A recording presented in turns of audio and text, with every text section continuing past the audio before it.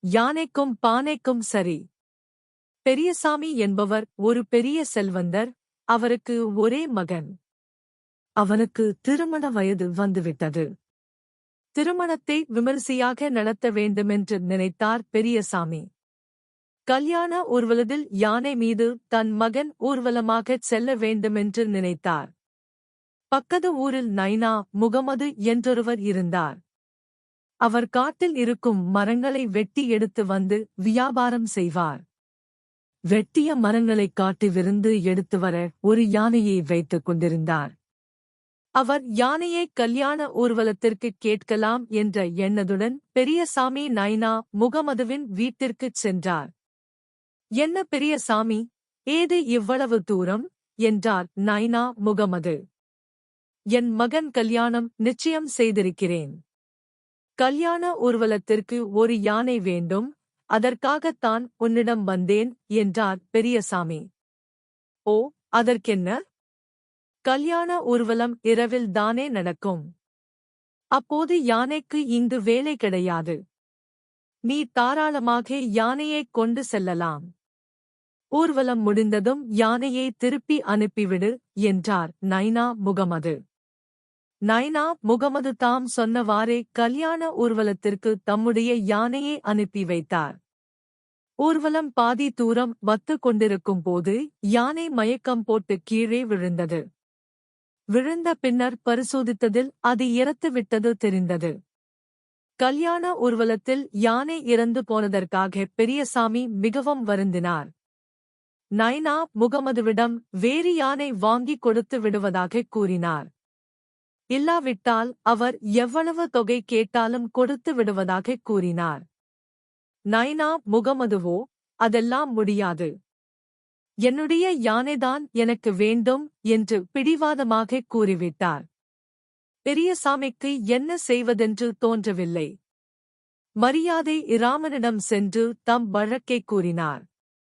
பெரியசாமியின் வழக்கைக் கேட்ட மரியாதை இராமன் நைனா முகமதுவைக் கூட்டி வரச் சொன்னார்.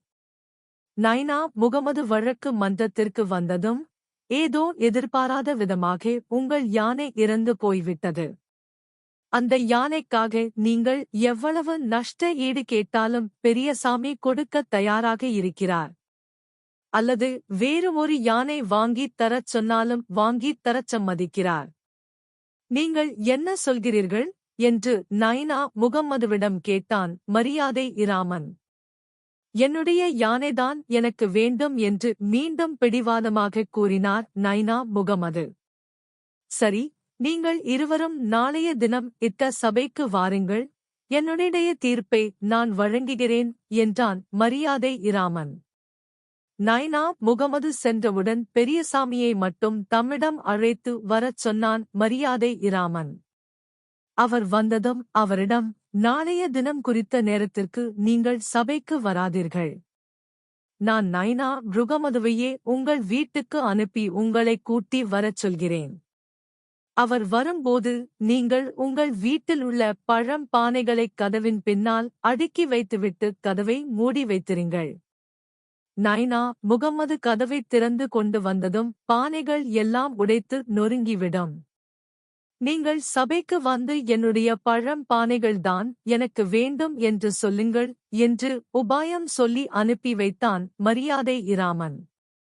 மறுநாள் பெரியசாமி குறித்த நேரத்துக்கு வழக்கு மன்றத்திற்கு வரவில்லை. மரியாதை இராமன் நைனா முகமதுவை பார்த்து, நீங்களே பெரியசாமி வீட்டுக்குப் போய் அவரைக் கையுடன் கூட்டி வாருங்கள் என்று அனுப்பினான். நைனா முகமதுவிற்கு ஆத்திரம் ஒரு பக்கம். தன் யானை போனதுமல்லாமல் வழக்கு மன்றத்திற்கும் பெரியசாமி வீட்டிற்கும் அலைய வேண்டி வந்துவிட்டதே என்று கோபம் ஒரு பக்கம். அதே வேகத்தில் பெரியசாமி வீட்டுக்கு நைனா முகமது சென்றபோது பெரியசாமியின் வீட்டுக்கதவு மூடியிருந்தது. உள்ளே பெரியசாமியின் குரல் கேட்டது. வழக்கு மன்றத்திற்கு உரிய நேரத்துக்கு வராமல் தம்மை அலைக்கழிக்கிறானே என்று ஆத்திரத்துடன் கதவை பலமாக திறந்தபடியே உள்ளே நுழைய முயன்றான். அச்சமயத்தில் மரியாதை இராமன் சொன்னவாறு கதவின் பின்னால் அடுக்கி வைக்கப்பட்டிருந்த பழம் பானைகள் உடைந்து நொறுங்கிப் போயின. இதைப் பார்த்த பெரியசாமி உள்ளே இருந்து ஓடி வந்து, அடப்பாவி, என் முன்னோர்கள் அரும்பாடு பட்டுச் சேர்த்து வைத்த பானைகளை உடைத்து விட்டாயே, என்று கத்தினார். ஏதோ தெரியாத்தனமாக நடந்துவிட்டது. நான் இந்த பானைகளுக்கு பதில் புதிய பானைகளை வாங்கித் தந்து விடுகிறேன், என்றார் நைனா முகமது. அதெல்லாம் ருடியாது. எனக்கு இதே பானைகள்தான் வேண்டும். வா, மரியாதை இராமனிடம் செல்வோம், என்று கூறியவாறே நைனா முகமதுவை அழைத்துக் கொண்டு மரியாதை இராமனின் சபைக்குச் சென்றார் பெரியசாமி.